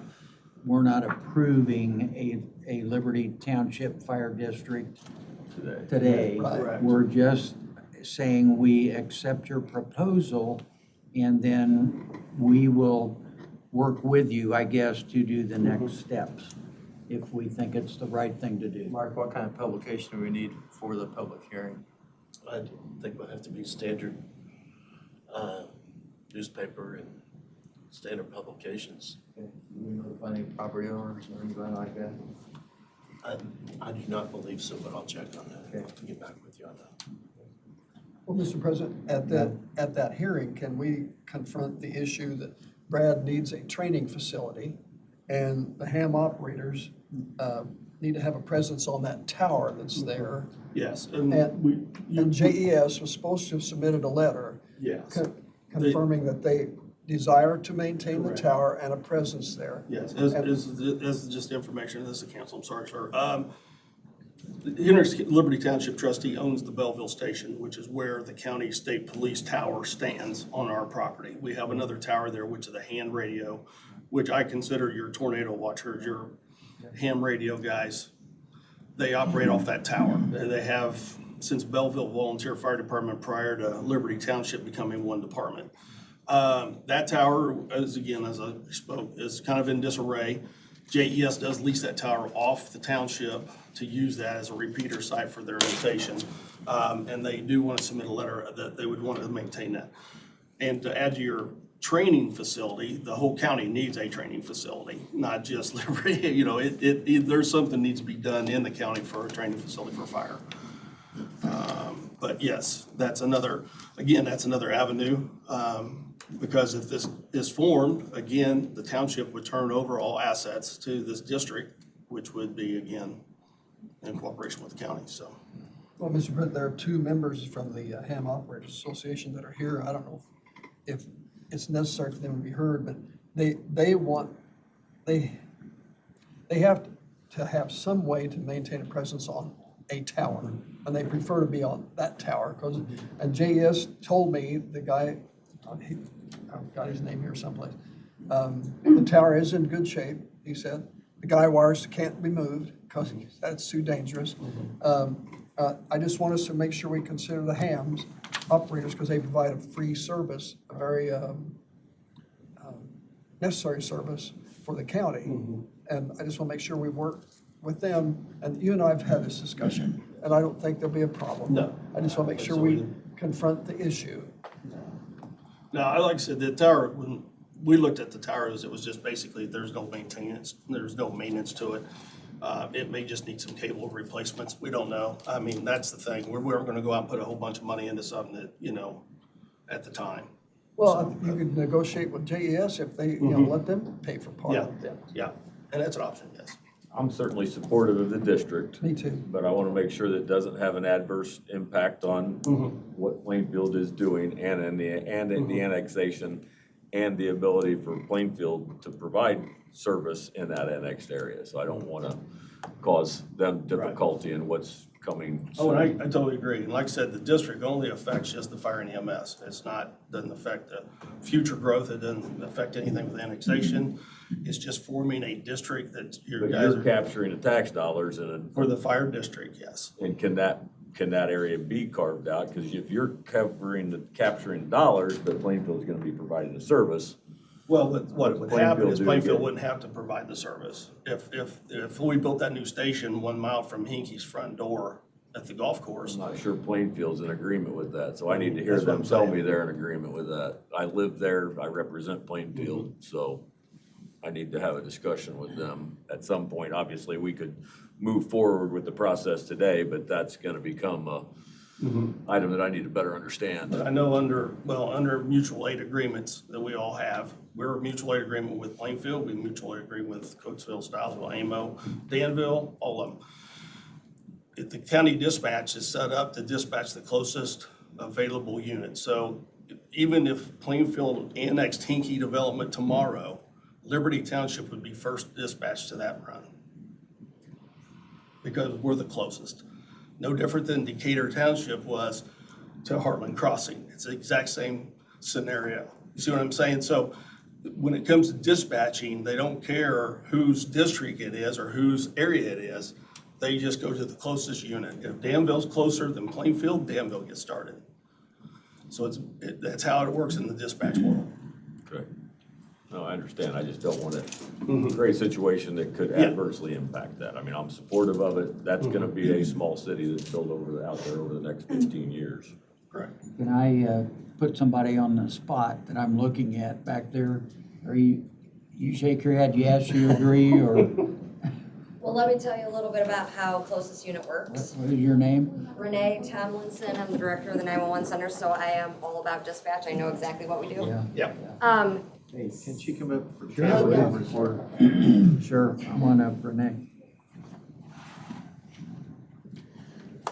Closest unit works this way. So if I have 2 people in service, I will dispatch the closest unit to that emergency.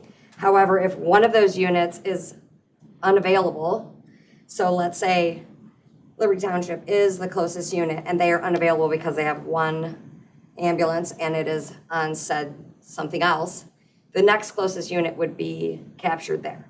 So there is a lot of mutual aid that happens, but to say that because your station is closest, you would always get dispatched there, that's not always accurate, but it's always not accurate in anywhere in the county. Based on resources. Based on resources, based on how many, based on the amount of call volume we have, and it is very fluid at all times. So I can't even say, it won't ever happen or it will always happen. That's not something that we do. But it is something to take into consideration with call volume and how many units they would have in service at a time. That's something that should be looked at. And he is absolutely correct. I do not care the name on the side of the thing because I'm for Hendricks County and I need the closest unit to get to the emergency.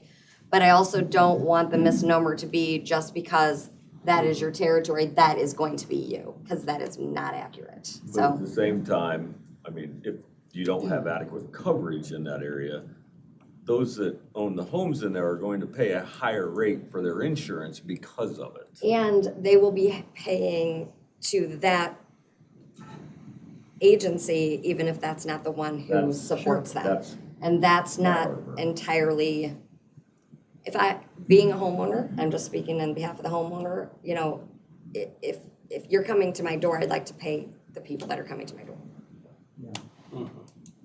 So again, I'm supportive, but we've got to work through some of those details and make sure that we can get the town of Plainfield and their fire district in agreement. Question, Mr. President. As Chief Russell described, so Renee, don't run off. Okay, sorry. So sorry, I was so close. So what agility then do you have if they have plans and we create the fire district and they start collecting more money and then they have 2 ambulances or they eventually have 3 ambulances, then they can cover all of them. So what agility then do you have then to say, okay, they can cover all of them? Does that affect your decision at all? No, it is strictly, so we have ABL on the apparatus and we'll know where they're at. And so it is literally closest unit. So like if the emergency is here and I have one here and I have one here, our mapping system, it takes this guy 3 minutes to get there. It takes this guy 5 minutes to get here. I'm dispatching this ambulance, regardless of whose name is on the side. Like that is what we do in dispatch. We get the closest unit. But you'd also have to look at the numbers to see, resources and who's in and who's out. And I think it's a much larger picture than what is possibly what we're talking about right now. It's something that you're gonna have to check the full scope. And I can provide numbers, I can provide whatever that you would need. Step, right? Right, but like there are a lot of pieces that would make a good decision. So just like one piece isn't gonna make a great decision. Like, you really do need to look at the encompassing the whole. Right. Thank you. So, yeah. Now can I run away? And if we approve moving forward, and even if a fire district is established, and this board's established as outlined by the statute, and so on. Trustees, yeah. That does not mean that Plainfield could not annex No. over to They wherever can they want annex to it, annex. take their 42 But what it cents. means is he's captured the But we capture the revenue fire that's not, revenue. or the AV that's not been But generated. they'll capture the town tax, which is whatever that 41 or 42 cents that they get for town tax. They'll But get they're that. not But they covering won't the get to district, 38 cents for Yeah. fire district. Yeah. It'll stay in the district. Now, what I'm talking about is I think Renee said it very well, there's more pieces to it. Because if Plainfield annexes the Hinkie development, and then next thing you know, they leapfrog to the warehouses and they take that, okay? And I'm They not saying, can't do that under the legislation. not under legislation the way it is, but legislation can change depending on who's in that seat up there. I don't, I mean, I see But your what fear, I'm but I saying don't think is, that's so the the case town at of all. Clayton, okay, so now you have this little town of Clayton who is sitting there. They're relying on the township to provide fire and EMS to them. Well, if you take all the AV revenue out and start taking away, and now it's just a small volunteer department again, we're right back to the square one again. So, like I'm saying is, I'm not worried so much about the schools, they're gonna get their tax rate. I'm not worried about the library, they're gonna get their tax rate. I'm not worried about the township, I'm not worried about the poor relief. I get those rates, even in Saratoga where Plainfield provides service to it at Liberty Township. Deer Creek, or Oak Tree Golf Course is in Liberty Township, most people don't realize that. Plainfield protects it, that's good, that's their district, that's their territory. But I get 1 penny for fire from the houses in Saratoga, and I get 1 penny for public assistance. I don't get any fire rate from any of the houses in Saratoga, even though we go to Saratoga. So that's what I'm saying, it doesn't benefit the people who live in Hazelwood or Clayton, because Plainfield wants the east side of the township. They don't care about the whole township. They just want part of it, which is fine. I get that. I get the whole annexation thing. But it hurts everybody in the other end, because now a person who lives in Hazelwood's fire rate, that farmer down there, his fire rate has to double because I can't provide the service that we need to provide without joining Also has to their do with territory. water and sewer availability. Plainfield's gonna extend the water and sewer out there. Correct. That's, and that development can't happen without the town of Plainfield. We don't have the means, we don't have a sewer treatment plant out there. And I agree. I wish I could go back to 1996. That development is. When Liberty Township allowed the County. water and sewer to be sold in Liberty Township. That water was owned by a private individual, and the township trustee elected not to buy it. I would have bought it today if I could have had opportunity to buy it. Well, So, go ahead. Mr. President, Isn't the legislation, does it say anything going forward has to be super voluntary annexation? Is that correct? They can't use this development to annex adjacent properties. Right. Correct. But the adjacent property would have to be super voluntary, is that correct? Once it's sold to a developer, they could petition them to annex See, it. that's the part that I'm afraid would hurt you, because if I'm an individual and I own land there, and they say, well, look, if you'll annex into Plainfield, your ground's gonna be worth $20,000 an acre more than it is not being in there, and that will harm you. But at the same time, if he gets the AV, they'd be able to capture the future AV of what's With the going fire. out there is Yeah. going to hurt Plainfield Fire District. Well, I don't wanna hurt either one of them. Right, I don't either. We're gonna have to find a solution. Right, we That gotta gets find a you solution. what you need to provide the services that you do. Well, we've without- been approached years ago, asked the question of why we wouldn't just join into their territory. And I'm not, at the time, and even today, I'm not really interested in that, because I just know what'll happen. You know, the problem is, I think that setting this up, it is a unincorporated area. 75% of Liberty Township will stay unincorporated area for quite a while. Yeah. 75% of the ones that's gonna suffer if we just stay the way we are and things get With or without the development. taken away, yes. I agree. Your need is there today, Yes. regardless of what potentially. The county's need is there, because we have people in Stilesville who are calling me wanting to know if they can get in this thing today. And I don't Because deny that for a minute. they're waiting 20 minutes, 25 minutes to get an ambulance to them if Liberty just happens to not be in service today. The other day I came home and Avon medic was sitting 2 blocks down from the station. Because Plainfield, all 3 were out. The nearest unit was in Avon. We had to wait for 143s to get there. And all of this information is gonna be discussed if we move forward from Correct. today. And there's gonna be a pathway That's right. forward that we can either find that works. I mean, we're talking, it'll take, once you guys move forward with this, we're talking 27, this won't even be even on the books for 27 to Formally 28. creating it. We're looking 28 maybe, yeah. So even if we move forward today, it doesn't mean there's not a jumping off point or the opportunity So- for us to say no. So if and I did look at this, even though it's a lot of pages, and thank you I wanted for you that. guys to see how transparent. Right. Those things have, And we appreciate the effort that you put forth, going around knocking on doors and so on. We did. And I know you did. But who, if we approve moving forward, Liberty Township, I assume, is the one that is driving this, not the county at this point. We're just allowing them to move this forward. But you have to approve it. We have to approve it, All you're doing, as I understand it now, is letting them is you will proceed. set this for a public hearing. Public hearing. There's no rush on that, because I don't know the notification you need to give. Yeah, Okay? yeah, okay. I don't think there's any rush on it in the process either, but I don't know that. Yeah, all right. Mr. President, the question I asked previously was, do we host the hearing or do they? And We do. That's what I thought. Yeah, It's us. That was It's right. us.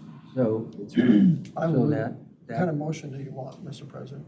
I mean, what? Vocabulary. I assume a motion would be to Petition move to creation. forward with the request for Liberty Township Fire District to have a public hearing, something like that. I will make that I motion. don't, Okay, when?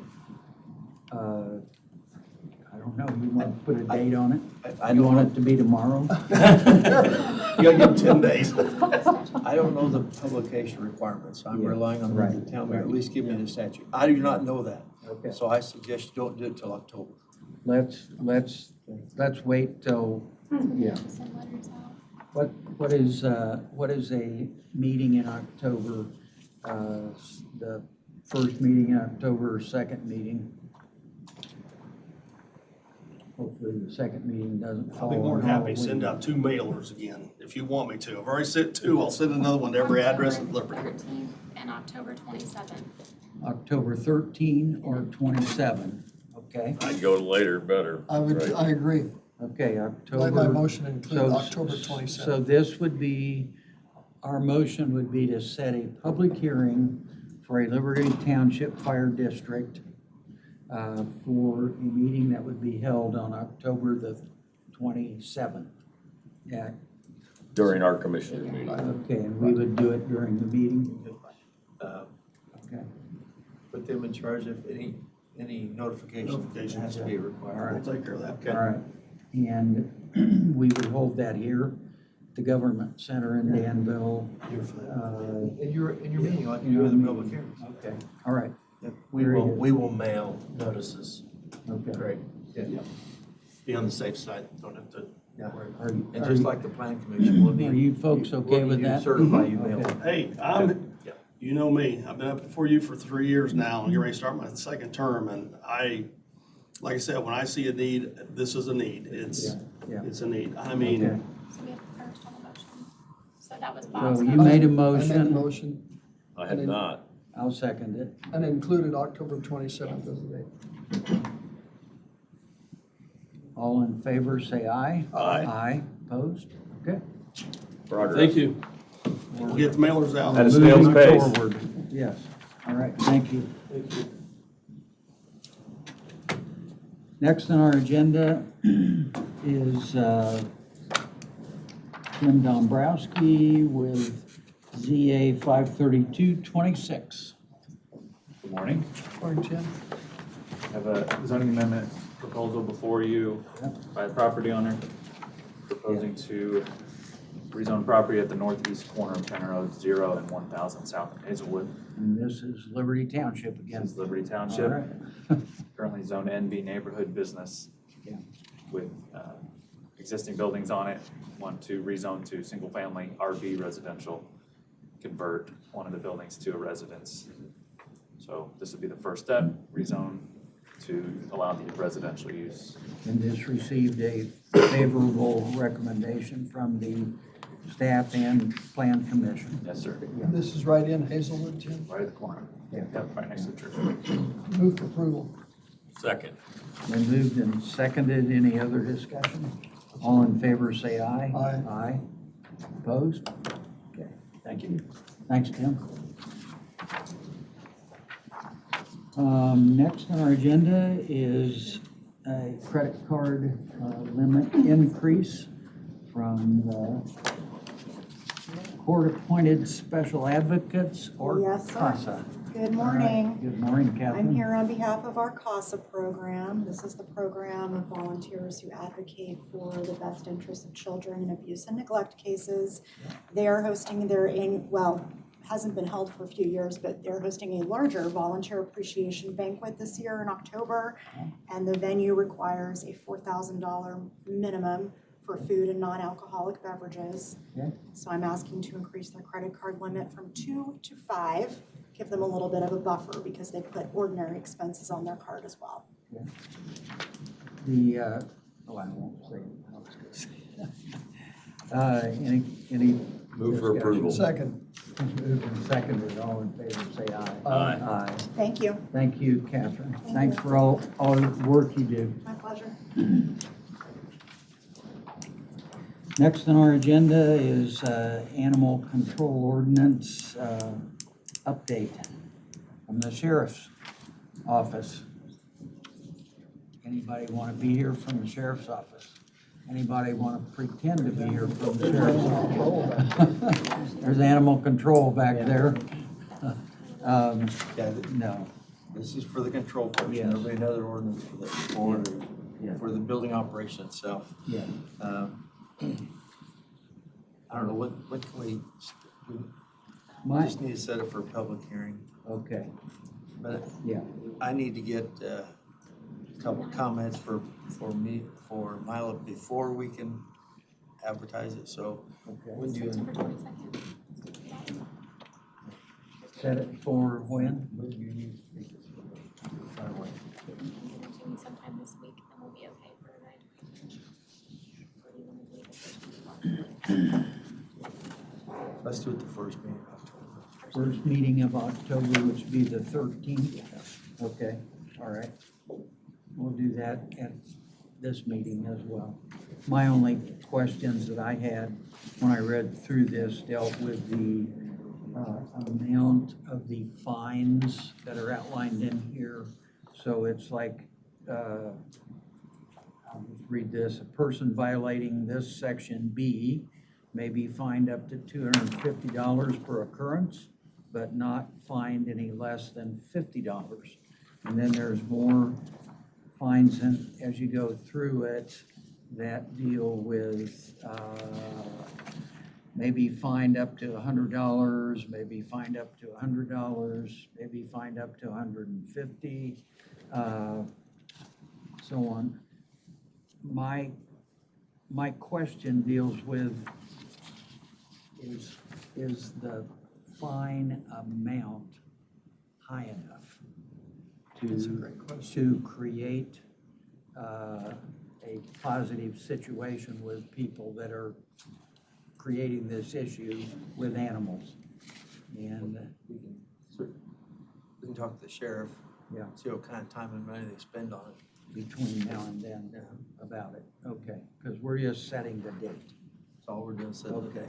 all right, very good. Mr. President, Yeah. as a member of the Animal Control Advisory Group, one of the issues was, and you can correct me if I'm wrong, what to do with large farm animals.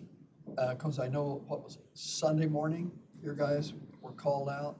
There were about 40 or 50 head of cattle out, and they were actually from Boone County, but they were in Hendricks County. That was a big deal. 'Cause at one time, we confiscated 3 Holstein steers and put them at the fairgrounds, which was a huge mistake. We should never have done that. Should have sold them and given the people the money. But did we ever come up with an ordinance what to do with the large animals? So I think that their plan was, they have a couple of individuals that we can use to house animals if Okay. it, comes to livestock situations. And I think that they were also going to check into using stables at the fairgrounds if, we had a situation like that. Okay. We'd have to check with the sheriff and Sergeant Wright to see if they, I do know the one situation is a go, as far as the property that we can use here in Hendricks County, for livestock. So I do know we have one person for sure. They will house the That's on the animals. animal advisory board as well, that will house the animals for us in the, event that we had a situation like that. So I think we're okay. But we would have to check with the sheriff to be sure that that's who they plan on using. Well, we have to have something in place, because there have been instances like Absolutely. the hogs, turned over and on the way to, right there by Brownsburg. You gotta have something. Steve, are any of your buildings equipped for at 2:00 in the morning? We have previously worked with the animal control Okay. to house animals. Okay, good. We work with local and state. Okay, thank you. Previously doesn't mean currently. So we'll double check with the sheriff and Sergeant Wright and make sure that, that they have that all aligned. But I do know for sure that Scott Buttram on the advisory board. Okay. I do know that we can use his facility as well. Just so we have a plan. As backup for, so. That'll go. And for the record, your name is? Christy Roberts, I'm the director of the Hendricks County Animal Shelter. Thank you, Christy. Yes. All right. Thanks, Chris. Mr. Now, President, I will move. we're setting, again, a public hearing. So I will for move the to do so. 13th of 13th of October. October. That's my Okay, motion. very good. Great. Can't wait. That's my motion. All right. Second. All in favor, say aye. Aye. Aye. Opposed? Okay. Thank you. Next on our agenda is, 2027 holiday schedule. Already. Move to adopt Second. A Move to adopt a what? option presented to us. Option A is a listing of all of those dates, and we'll leave it at that, okay? Are you okay? I second it. All in favor, say aye. Aye. Opposed? Okay. Like If it you're was- wondering what option A is, you'll be informed at some point in time. All right? Great, thanks. All right. Resolution adopting a multi-hazard mitigation plan. Sharon, come on up. Wasn't expecting to present today. We're expecting a 15 to 20-minute presentation. I'm only here to assure that the form in front of you gets signature Yes. from each one of you. Yes. And I can present it to FEMA by the end of the day. Okay. And it is to adopt the mitigation plan that we had hired Christopher Burke Engineering to, it's a plan, a mitigation plan that we have presented for our county, and it has to be adopted by the county with your signature. And we adopted that It's at our for, June meeting this yes. year. So The it just June needs meeting, signatures. This needs signatures. I need So signatures. no action, just autographs. Yes. No action on the resolution. Mr. President? Yes. One You question. need action on it. Does this, adopting this allows you, if there's a tornado, for instance, that you can burn all the downed trees on that site? Does this allow that? On the site Because if we of, don't have this, you can't. That's what I was told to pass. oh, okay, well, Just make sure, because if, you don't want to have to haul the brush from Clayton to, someplace else to burn it. You want to just be able to burn on site. well, we have a damage assessment plan that we have a desired place to take. There you go. That's all you need. Thank you. So we do need to take action on the resolution. Yes. That resolution number is going to be 34. 34, okay. So the chair would enter, it's been moved to approve this resolution 2026-34, adopting the Hendricks County Multi-Hazard Mitigation Plan. Second. All in favor, say aye. Aye. Opposed? Okay, thank you. Thank you. Thank you. You bet. Sorry to put you on the spot. Oh, you're fine. Comments from the floor? Anybody here that would like to make a comment? Hearing none, thank you. Elected officials, any elected officials that would like to make a comment? Good, bad, or indifferent comments? All right. Staff reports. Mr. Ayers, Yes, sir. you are up. My memo, I know everybody's shocked I didn't have an agenda item today. I'm sorry to let you down. Memos, mostly updates on things on our various projects. Note item 5, we did have a discussion last week with NDOT regarding some funding help. They're supposed to get back with us in a week or so to see what they're. I hope. I've had some inquiries about that, and I sent one of them to you, just trying to understand timelines. So this could impact timelines greatly, correct? Yeah. Yes. Get us some money, Depending John. on what they say. Yeah. Get us some money. Right. I'm trying. It's a little tougher now than it would have been 2 weeks ago or 6 months ago. Yeah. We were working on that. Number this is, 6? Item 6, yeah, that will probably be next meeting. We need to have an executive session on that. Okay, all right. Other updates, then I have 2 items that didn't make it on the agenda. Friday, Kim Galloway from my office attended a meeting at Lockmuir and Associates to talk about, it was with Boone County, Whitestown, and Zionsville, and us to discuss the future of the Ronald Reagan Parkway as it goes north. I haven't had a chance to I'll write up a memo summary of what they talked about, but basically this is the layout that they're looking at on their side of the line. They're probably gonna start at the north end and work south. So they talked about timetable to get to Hendricks County. And I haven't read all the notes yet to see when that's gonna be, but it's gonna be a few years. So Does it deviate from the original? the alignment does, yes, the Will alignment, that cause the, they'll have to do some environmental. On their end. On Not- their end, not yeah. ours, not ours. Not ours, no. No. Our alignment stays the same, but on their end, instead of going all the way up to I-65 at Lebanon, they're proposing to cut across there to Whitestown. But it won't change anything that we would do to take it to Boone No, County. and we already have that alignment established, and we bought right away and everything. It will change things on their end as far as the environmental. They'll have to revise the environmental studies. Okay. Speaking personally, my opinion is that that's a mistake to terminate it there. I agree. think the eventual terminus ought to be at 267 and 65 to get it closer to Boone County, or closer to Lebanon, and take advantage of some of the east-west road improvements that they've been constructing for years up there to pick this up. Now, there are east-west. You're talking about over here. I'm talking about further north, up where, Way up yep, there. yep, Okay. and that's the alignment that's been approved. Now, Okay. a connection to Whitestown makes sense, there should be a Yeah, connection there. yeah. But in my opinion, that should not be the northern terminus, but as a, That's not up to us. it's not up to us. Yeah. Nope, and Okay. as a, one time I was fretting over this when Commissioner Whetstone was here, and he said, well, what happens north of the line is up to them. We Yeah. can't really Yeah. worry about that, we do our part, so. Our alignment's established to the county line, and then, you know, we're shown on there as a phase. And they have signed cost estimates to those.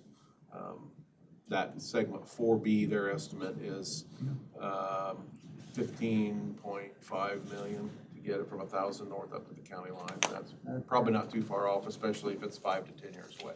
Okay. And that right now is what they're thinking about as far as a timeline to get So- from where they're starting down. So we would wait, we wouldn't go ahead and try to move Ronald Reagan up to the county line then? No, because there's no terminus. It would be dead end, and there's no point in doing that. That makes sense, So- except for the cost. Yeah. Right, Be a lot cheaper today, or yes, whatever. but I don't advocate building a road that doesn't go That anywhere. goes to nowhere. Yeah. Road, we don't use that phrase. We don't say road to nowhere, so. Question, Mr. Well, President. it's Boone County. Question, Mr. President. Which jurisdiction are you having to work with there? Zionsville, Lebanon, or Whitestown? Whitestown and Zionsville. Whitestown has the majority of that area. I don't think that shows annexation limits. Yeah, so the green areas are Whitestown, pink area is Zionsville. So they kind of, it goes through both. But that's the first discussions that have been had for an extended period of time. We had a meeting, I don't know if Dave's here, we had a meeting, so I'm gonna say sometime last year, maybe Okay. 6 months ago, a little more, a similar meeting, and then this is a follow-up to that. So it's good that, but everybody's in a room and they're talking. The two towns have a lot of stuff they have to work out to make this happen, make that alignment happen, and so everybody seems to be talking about it. They're gonna apply for federal funding for parts of this. Good. Again, they're gonna start up there north, because that's where there's gonna be development occurring soon, so obviously they need to pick that up. So, I wish they were connecting to our part sooner, but Okay. At least they're connecting to it, maybe. so I'll write something out and send it to you, send you copies of that map, so you have that, and stay up to date. Okay. And then also want to remind you that next, Wednesday the 2nd, for commissioners and council and county staff, we're doing an open house at the highway garage, a walk through the highway. I've got that on my calendar. That's 4. Wasn't here, but I think it's 4. All right. Anything else, John? I don't think I had anything unless you had something for me. We will bring back a contract next meeting for inspection on 1,000 North. Okay, okay, very good. Any further questions from any of us for us, John? Okay. Thank you, John. Thank you. Dennis?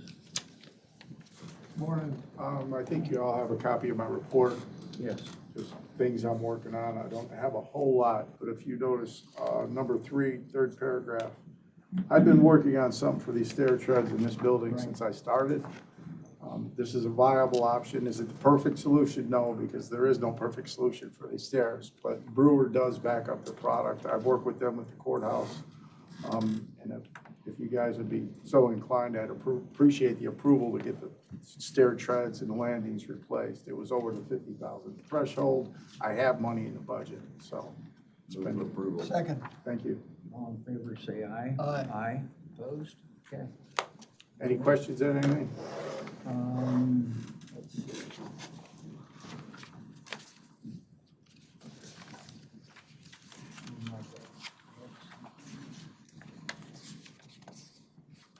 No, I don't think so. Okay. Just other than to thank you for all that you're doing, what you're doing. We appreciate it. Oh, We do. Yeah. Thank you. Yep. Todd, welcome back. Hope you had a good time away. I did, And you get back at like midnight last night? 7:30. You don't have to ask I got or back at answer 7:30. that, but yeah, good. Good. So, You want to make any comments? I do not.